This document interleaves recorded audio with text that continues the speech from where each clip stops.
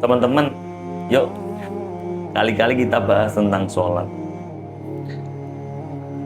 Sholat, kalau kita lihat, kita perhatikan, itu menempati posisi yang sangat sentral di dalam ajaran Islam. Ia bukan hanya sekedar aktivitas ritual belaka ya, orang melakukan 5 kali dalam satu hari. Tetapi sholat ini merupakan sebuah pondasi utama keimanan dan arah hidup seorang muslim. Rasulullah SAW itu bersabda kepada kita bahwa sholat adalah amal yang pertama yang akan dihisab oleh Allah SWT sebelum amal-amal yang lain. Ini menegaskan bahwa ketika amal sholatnya baik, maka seluruh amalnya bisa menjadi baik.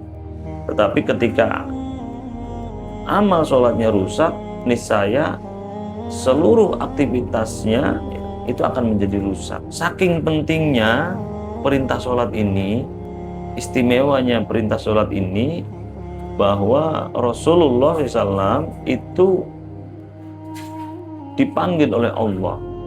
Allah ingin menyampaikan langsung perintah tentang sholat. Tentu sholat yang 5 waktu.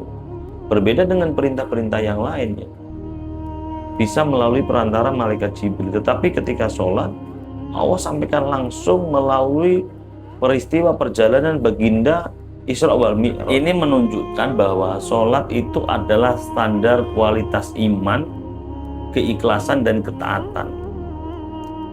Teman-teman coba perhatikan gerakan dan bacaan sholat ya. Kalau kita perhatikan, ini mencerminkan syarat makna ideologi dan spiritual. Bacaannya ya, itu kalau saya perhatikan itu ada 3 ya. Ada 3 kategori. Yang pertama itu tentang pengakuan dan pensucian diri. Yang kedua tentang komitmen dan sumpah. Dan yang terakhir itu tentang permohonan petunjuk. Dari gerakan kita perhatikan bagaimana ketika takbiratul ihram. Takbiratul ihram kita mengangkat kedua tangan, ini membuktikan penyerahan total kepada Allah Subhanahu wa taala. Sebagaimana tentara ketika mengangkat tangan.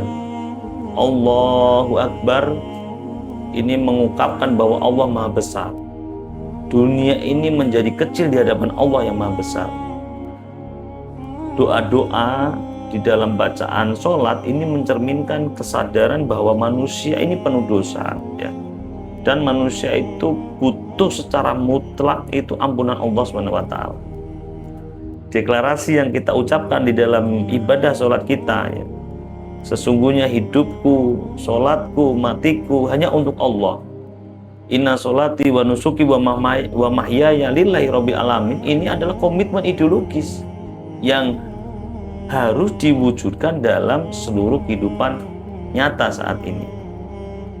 Seorang muslim harusnya ketika dia sholat, dia menjalankan seluruh aktivitasnya itu berkaitan dengan aturan-aturan yang diturunkan oleh Allah Subhanahu wa taala. Seharusnya dia memiliki pola pikir dan pola sikap itu sesuai dengan apa yang diperintahkan Allah, baik di dalam Al-Quran dan As-Sunnah. Dia menjalani kehidupan meneladani manusia pilihan, manusia yang memang menjalankan sholat, dan sholatnya itu tercermin dalam perilaku aktivitas setiap hari. Rasulullah SAW menjalankan sholat, beliau sholat dengan kusuk, bahkan kaki beliau sampai bengkak. Tidak hanya sholat, tapi beliau menjalankan aktivitas setiap hari dalam kehidupan itu tercermin dari sholat beliau, dari pribadi beliau, sosial beliau, kepemimpinan negara itu mengikuti apa yang diucapkan dalam sholat. Sholat membentuk kepribadian seorang muslim itu menjadi kepribadian yang Islam, pola pikir dan pola sikap. Rasulullah SAW menjalankan itu kepemimpinan umat dengan menerapkan syariat. Karena itu sholat ini menuntut konsekuensi hidup sesuai dengan aturan Allah tanpa tawar-menawar. Perkaranya sudah jelas itu tidak perlu ditawar-tawar. Pertanyaannya ini adalah, masihkah kita mau meremehkan meninggalkan sholat? Atau menjalani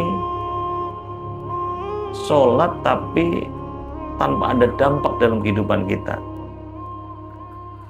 Atau mungkin masih ada istilah STMJ ya, sholat terus maksiat jalan. Tentu kita tidak ingin. Kita ingin agar sholat kita baik, hidup kita baik, tetap berada dalam koridor dan ridho Allah Subhanahu wa Ta'ala.